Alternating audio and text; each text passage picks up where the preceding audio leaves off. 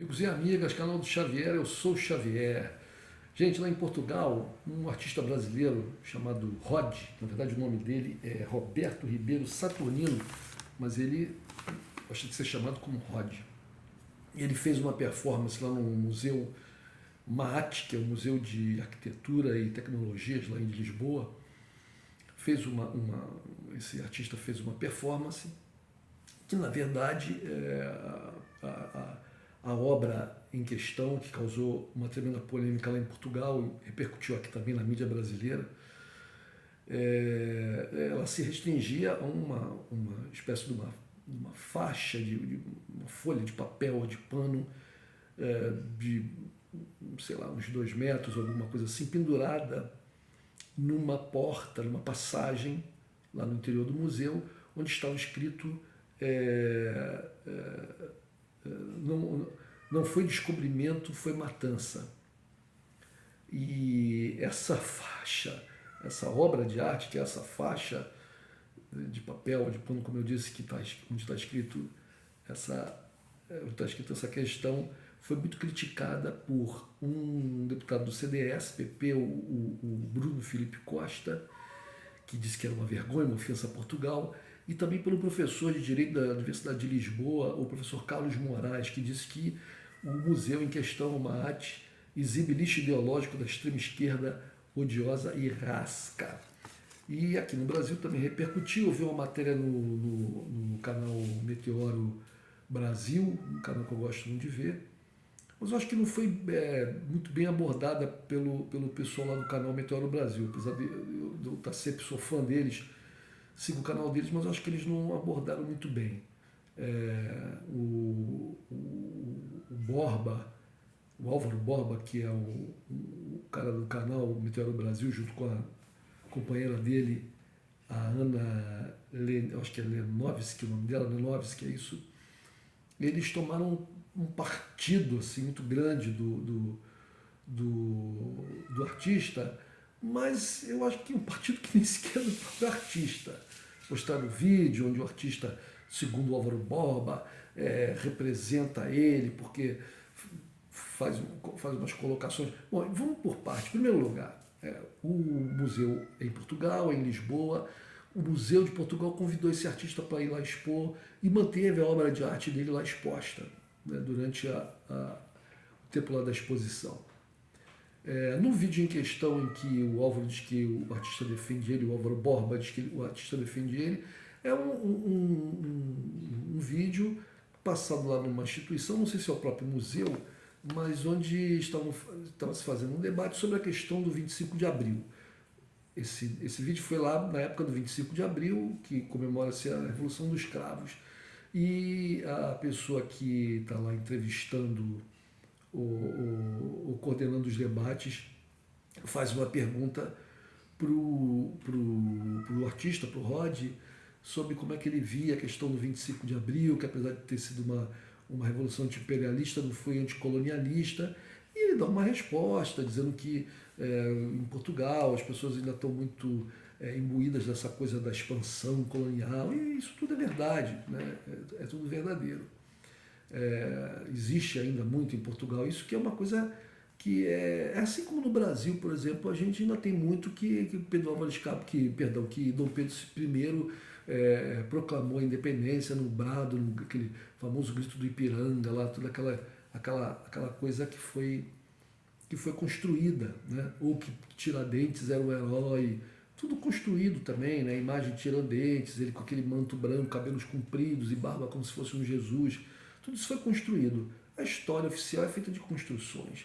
E as pessoas que não estudam história, que não questionam história, acabam acreditando e seguindo essas coisas.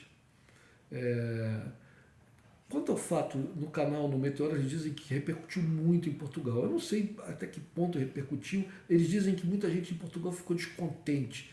Bom, no própria matéria do canal Meteoro fala de duas pessoas, o deputado do CDS e o professor. Não falou de outras pessoas. Eu acho que a maioria das pessoas em Portugal ou tende até a concordar com o que o artista disse ou simplesmente não está nem aí. Não está nem aí. Né? Não está ligando muito para isso. Então, parece que é uma polêmica em cima de nada. Quanto ao fato do que está escrito lá na obra do artista, de que não foi descobrimento, foi uma matança, eu acho que foi as duas coisas. As duas coisas. Se fosse só uma matança, nós não estaríamos aqui. Eu estou me referindo ao Brasil. Né? Me referindo ao Brasil. Em outros lugares do mundo onde Portugal esteve, outros países colonialistas europeus estiveram, eu não sei. Cada caso é um caso, a gente tem que estudar. Né? Regra geral, o colonialismo não foi bom para as populações atingidas. Mas aqui para o Brasil em especial, eu posso dizer que houve matança? Claro que houve matança. Nós estamos falando de um fato que ocorreu em 1500 a 522 anos atrás. E estamos falando de um fato também que terminou, porque os portugueses saíram daqui em 1822, ou seja, há 200 anos. Há 200 anos. Estamos falando de uma coisa que começou para o Brasil aqui, para esse pedaço de terra grande em que nós, os brasileiros, vivemos. Começou há 522 anos atrás e terminou 200 anos atrás. E que foi fundamental para a construção do que a gente chama de Brasil hoje. O Brasil de hoje não é a terra dos índios, daqueles índios que quando Pedro Álvares Cabral encontrou quando chegou aqui há 522 anos atrás. Na verdade, não existia um país chamado Brasil. A gente não podia dizer nem que havia um país dos índios, porque eram vários grupos indígenas distintos e muitos eram inimigos mortais uns dos outros. Então a terra, o território de tribos, de determinadas tribos, estavam sempre em litígio com o território de outras tribos. E não assambarcavam, nenhum território indígena assambarcava o que a gente chama de Brasil hoje, né, que é uma coisa gigantesca. Essa coisa gigantesca chamada Brasil é fruto de tudo isso, da matança, da miscigenação, do expansionismo português, da resistência dos índios, da escravidão africana, da resistência dos escravos, da libertação dos escravos, de tudo isso formou, é o Brasil que a gente tem hoje. Então, numa folha de papel grande, colocar novo descobrimento, houve matança, é um reducionismo muito exagerado, no meu entender. Né? Agora, isso não quer dizer que eu concorde com o colonialismo, com a escravidão, com o extermínio indígena, claro que não, claro que não. Mas esses são fatos, foram coisas que ocorreram, né? Já aconteceram. O que a gente pode fazer hoje é lembrar, debater, né? E tentar consertar, tentar remediar o que há de errado, o que ficou de errado, o que ficou de ruim disso. Né? Muita coisa, inclusive, é verdade. Né? A situação dos índios no Brasil hoje, e principalmente nesse governo do Bolsonaro, e a situação da maioria da população negra no Brasil hoje é um reflexo disso tudo, é um fruto disso tudo. Por outro lado, existem outros frutos, que é o próprio país, que é o próprio Brasil, que é a nossa cultura, a nossa gente. Né? Então, isso tudo é inegável. Né? E para isso foi fundamental o papel dos portugueses colonialistas. Né? Eu não estaria aqui, quem estiver me escutando for brasileiro, também não estaria aqui no Brasil, não seria brasileiro, se não tivesse ouvido isso tudo. Então, são coisas que são assim, né? Aconteceram assim, dessa forma. Mas a gente tem que lembrar que a gente está falando de 522 anos atrás, volto a repetir, naquela época, gente, não havia direitos humanos, não havia Estatuto da Criança e Adolescente, não havia o movimento feminista não existia separação entre a igreja e o Estado. A própria vida dos chamados desbravadores portugueses foi uma vida miserável. Miserável. Leiam a história dos navegantes, dos navegadores, da tripulação dos barcos. Os nobres tinham uma vida melhor nos barcos, mas é só você ir visitar. Olha, quem mora no Rio de Janeiro pode ir lá na Praça Mauá, ali tem uma base da Marinha, e tem lá uns navios expostos, e havia, não sei se tiraram, mas havia lá uma réplica de uma nau portuguesa da época. Vocês vão lá e vejam o tipo de embarcação em que botavam-se dezenas de homens para ficar meses e meses e meses no mar. E como é que essa gente vivia? A história diz, eles comiam ratos, porque acabavam os biscoitos. A alimentação básica da tripulação era biscoito. Quando acabavam os biscoitos, eles comiam ratos. Comiam ratos. A mortandade era imensa. Não só pelo afundamento dos barcos, que era uma coisa que acontecia, mas pelas doenças, pelas brigas internas. Né?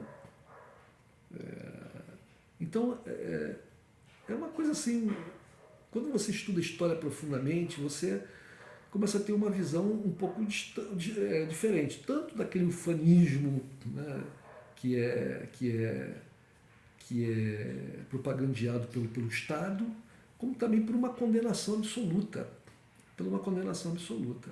Né.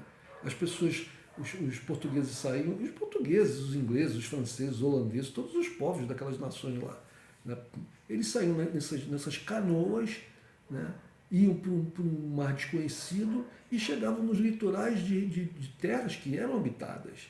Né. Muitas vezes eram muito bem recebidos, outras vezes eram muito mal recebidos. E mesmo quando eles eram bem recebidos e utilizavam esse recebimento cordial para tirar alguma vantagem e tal, né, e eram brutos, e eram traiçoeiros, a resposta vinha num nível muito forte. E eles eram um punhado de homens que tinham como base uma prancha de madeira que estava atracada ali, que estava, sabe, atracada na praia. Enquanto que os povos daquelas regiões eram pessoas que viviam na terra, que estavam organizadas em milhares, às vezes até milhões. Como esses povos, como esses portugueses, esses holandeses conseguiram dominar as populações imensas desses países é uma coisa que é muito difícil de explicar. Ah, porque eles tinham vantagem tecnológica.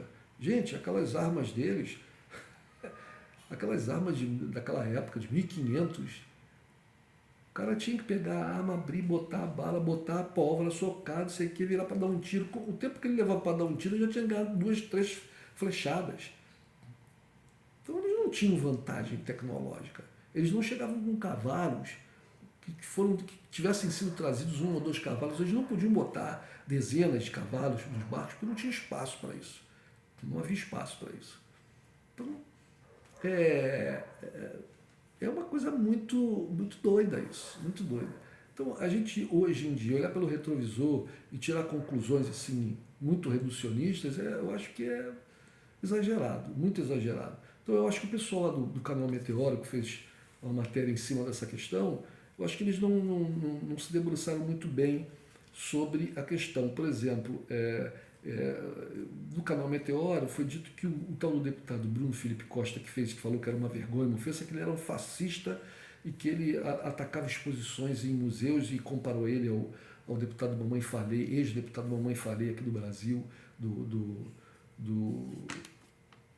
pessoal aí até esqueci o nome do MBL, Movimento Brasil Livre. Esses são verdadeiros fascistas. Eu não sei, eu não conheço esse Bruno Felipe Costa. Você queria do CDS, o CDS-PP é um partido de direita, sem dúvida, mas daí até chamá-lo de fascista, eu acho que ele é uma pessoa mal informada, né, e que acredita nessa invenção, né, do heroísmo, né, da coisa em nome do sangue português, que foram as expansões. Acho que ele acredita nisso. Né? Existem muitas pessoas em Portugal que acreditam nisso, assim como existe no Brasil gente nazifascista. Né? Existe no Brasil gente negra que é nazifascista. Né? Portugal tem um primeiro-ministro que é de origem indiana, que é o Antônio Costa. Pelo que eu saiba, ele tem antepassados indianos. A ministra da Justiça é uma mulher negra angolana. Para um país que é majoritariamente branco, isso é digno de nota isso, né? É digno de nota. Então, aí a gente pode dizer que não existe racismo em Portugal por causa disso? Claro que não. Claro que não. No canal do Meteoro, eles também falam que houve vários episódios de xenofobia nos últimos anos em Portugal. Querendo dizer, tipo, olha, o artista brasileiro vai lá, faz uma obra e os portugueses já vêm condená-lo, né, porque são racistas. Gente, nos últimos anos, a população de brasileiros em Portugal hoje está chegando a praticamente 600 mil pessoas aproximadamente, o que dá mais ou menos 6% da população portuguesa. Imagina se chegasse no Brasil 6% da nossa população em número de portugueses, o que daria, nós temos aí 200 milhões, né, daria 12 milhões, são mais, uns 13 milhões e 200 mil, aproximadamente 13 milhões e 200 mil portugueses chegassem aqui no Brasil, de repente, nos últimos anos. Como é que, não causaria um impacto junto à nossa população? Não haveria estranhamentos por causa da maneira de ser dos portugueses, por causa do falar dos portugueses? Não causaria, e olha que o Brasil é um país que está acostumado com os portugueses. Mas não causaria 13 milhões e 200 mil portugueses? Agora, vamos ver o lado inverso. Portugal não estava acostumado com brasileiros lá nessa quantidade. E, de repente, a população de brasileiros lá cresce até chegar a 6% da sua população, aproximadamente. É claro que ia haver choques, porque em Portugal, assim como no Brasil, a gente xenófoba, a gente racista, a gente de mal com a vida, a gente ignorante, é óbvio. Né? Mas daí dizer que a sociedade portuguesa, que Portugal é um país racista, eu acho que é um exagero. Eu acho que existe uma certa má vontade aí com Portugal. Não nos esqueçamos que nós falamos português, né? Que nós somos o que somos porque os portugueses se deslocaram lá de Portugal para cá, né? E que na genética do povo brasileiro tenha esse povo, apareça que tiver, né? Tenham as pessoas desse povo, apareça que tiverem, sejam brancas, sejam negras, sejam morenas, sejam... apareça que tiverem, a probabilidade de ter a genética portuguesa no sangue é altíssima, altíssima, por causa da miscigenação dos portugueses aqui com índios e com negros. Então, o descobrimento, no caso do Brasil, não foi só matança. Foi matança também, mas também foi miscigenação, né? Também foi interação e foi a criação do Brasil, do povo brasileiro. Um abraço, gente.